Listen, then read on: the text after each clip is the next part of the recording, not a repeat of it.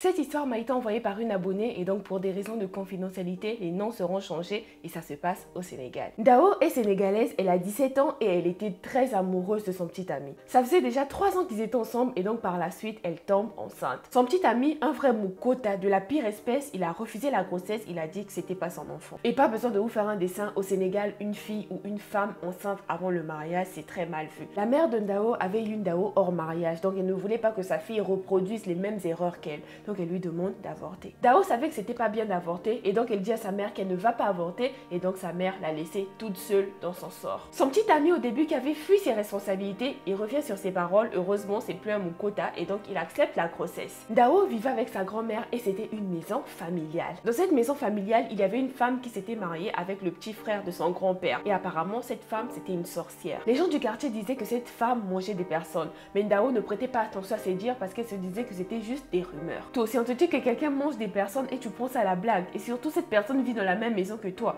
Oh, à ses 8 mois de grossesse, toutes les nuits, Dao faisait des cauchemars horribles. Elle n'arrivait plus à dormir. Dans ses rêves, Dao rêvait qu'elle devenait folle. Elle voyait la femme du petit frère de son grand-père, donc celle qui était sorcière dans ses rêves. Mais elle prenait la forme d'un animal. Ça devenait de pire en pire, cauchemar sur cauchemar. Et donc un jour, elle va à l'hôpital pour faire ses visites habituelles. Malheureusement, à sa grande surprise, on lui dit que son enfant n'est plus en vie. Et ça fait déjà plusieurs semaines.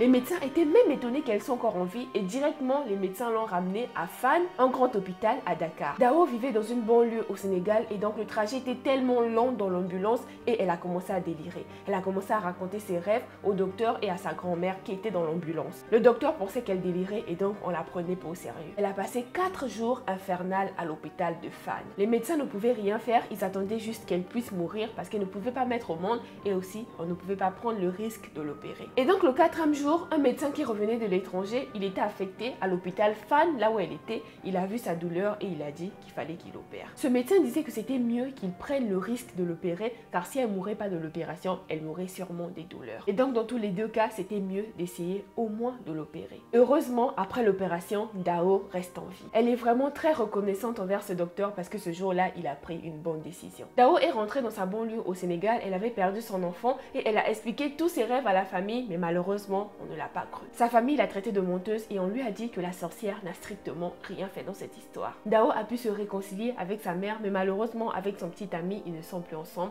pour des raisons qu'elle ignore. Dans cette histoire, elle a failli perdre la vie, mais heureusement, Dieu est grand et je pense qu'il y avait quand même quelque chose de mystique dans cette histoire. N'hésitez pas à donner vos conseils à Dao dans les commentaires. Peut-être qu'il y a des personnes qui traversent aussi la même situation, donc laissez un petit commentaire, ça fera plaisir à la personne. Moi, j'ai juste un petit conseil à te donner. Fais attention à toi, t'as que 17 ans et t'as encore toute la vie devant toi. Et n'oublie pas la prière parce que c'est la seule arme que nous avons pour combattre contre les méchants. En tout cas, je te fais plein de gros bisous et je te dis abonne-toi pour plus de vidéos. Ciao!